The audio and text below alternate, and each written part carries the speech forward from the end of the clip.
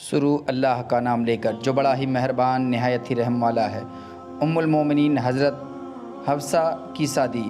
پیارے عزیز دوستوں، بخاری شریف جلد اول میں ہے، حضرت ابن عباس رضی اللہ عنہ سے مروی ہے کہ انہوں نے کہا، میری خواہش ہے کہ میں امیر المومنین حضرت عمر رضی اللہ تعالیٰ عنہ سے یہ معلوم کروں کہ نبی صلی اللہ علیہ وآلہ وسلم کی بیویوں میں سے وہ دو عورتیں کون سی تھیں جن کے بارے میں اللہ کریم نے سورہ تحریر میں ارشاد فرمایا ہے۔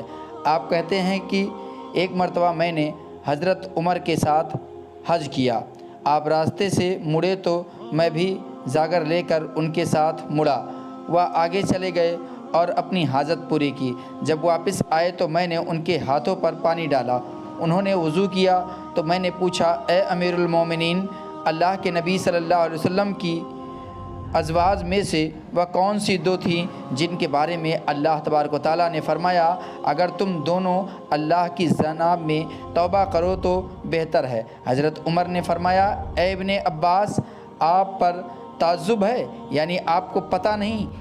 اس سے عائشہ اور حفصہ مراد ہیں۔ یہ کہہ کر آپ نے پورا واقعہ بیان کیا اور فرمایا، میرا ایک انصاری پڑوسی مدینہ کے دیہات میں بنی امیہ بن زید کے گاؤں میں رہتا تھا، میرا بھی پڑاؤ اسی کے ساتھ تھا۔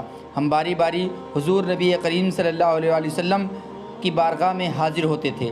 ہم قریش کے لوگ عورتوں پر غالب رہا کرتے تھے، لیکن جب ہم مدینہ میں انصار کے پاس گئے تو دیکھا کہ ان کی عورتیں ان پر غالب ہیں۔ یہ رنگ دیکھ کر ہماری عورتوں نے بھی انصاری عورتوں کا وتیرہ اختیار کر لیا۔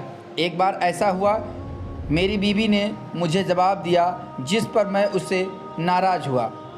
وہ کہنے لگی، آپ میرا جواب دینا کیوں برا سمجھتے ہیں؟ حالانکہ نبی کریم صلی اللہ علیہ وآلہ وسلم کی بیویاں بھی ایسا کرتی ہیں، اور ان میں سے کوئی تو شام تک آپ صلی اللہ علیہ وآلہ وسلم سے خفا رہتی ہیں۔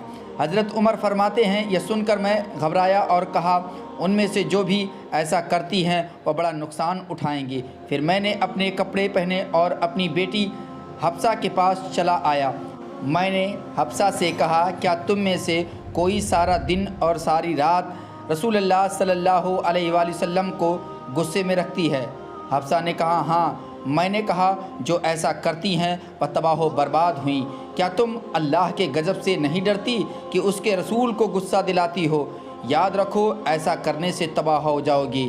رسول اللہ صلی اللہ علیہ وآلہ وسلم سے نہ تو بہت فرمائشیں کیا کر اور نہ جواب دیا کر، اور نہ آپ سے ناراض ہوا کر، اور اگر تجھے کسی چیز کی کوئی ضرورت ہو تو مجھ سے مانگ لیا کر۔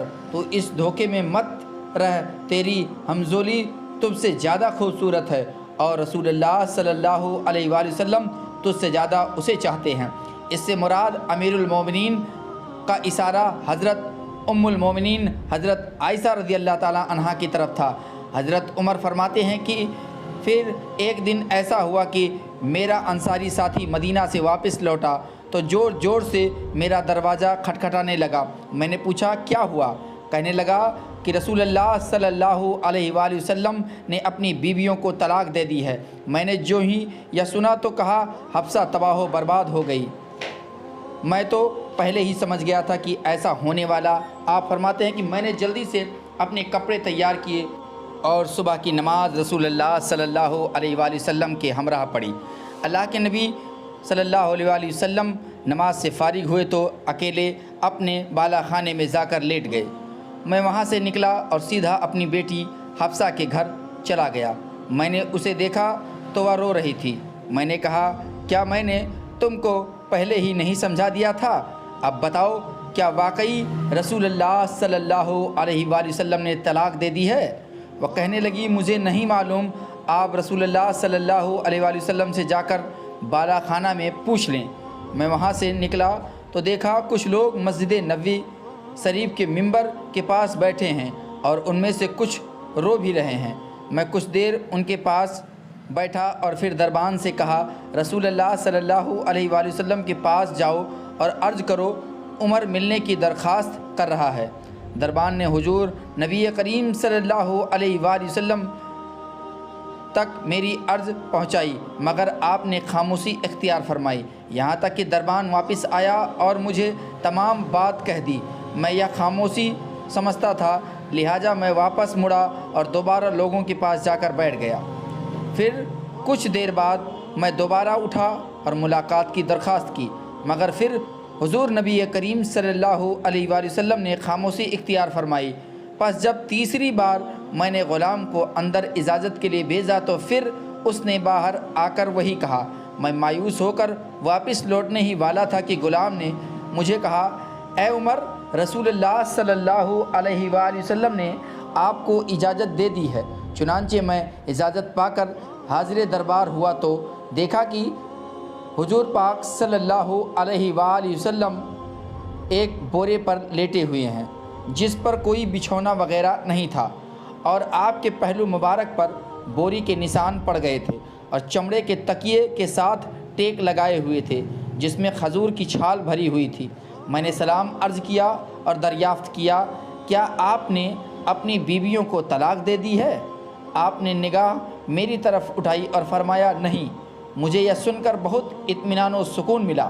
پھر میں نے حضور صلی اللہ علیہ وآلہ وسلم کے دل بہلانے کو چند باتیں کی جن سے آپ مسکرا دیے، اور پھر حفصہ کے پاس جانے اور اس کو ام المومنین حضرت عائشہ رضی اللہ تعالی عنہا سے متعلق نصیحت کرنے کا واقعہ بھی بیان کیا، جس سے آپ دوبارہ رسول اللہ صلی اللہ علیہ وآلہ وسلم مسکرا دیے۔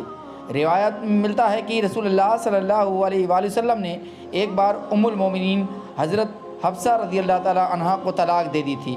یہ طلاق رجعی تھی۔ جب حضرت عمر فاروق رضی اللہ تعالی عنہ کو اس کی خبر ملی تو آپ کو بہت دکھ ہوا، یہاں تک کہ شدت غم کی وجہ سے سر پر مٹی ڈالتے اور کہتے، اس کے بعد اب اللہ تبارک و تعالیٰ کی نگاہ میں عمر اور اس کی بیٹی کی کوئی قدر منزلت نہیں رہی۔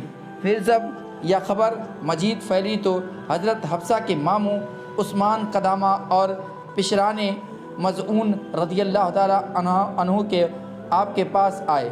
حضرت حفصہ ان کے سامنے روتی جاتی اور کہتی، اللہ کی قسم، رسول اللہ صلی اللہ علیہ وآلہ وسلم مجھ سے اکتا کر طلاق نہیں دی۔ اتنے میں اللہ کے نبی بھی تشریف لے آئے۔ حضرت حفصہ نے جب رسول اللہ صلی اللہ علیہ وآلہ وسلم کو دیکھا تو آپ سے پردہ کر دیا، لیکن حضور کو تو آپ سے رجوع کرنے کا حکم مل چکا تھا۔ چنانچہ حدیث پاک کے الفاظ کچھ یوں ہیں۔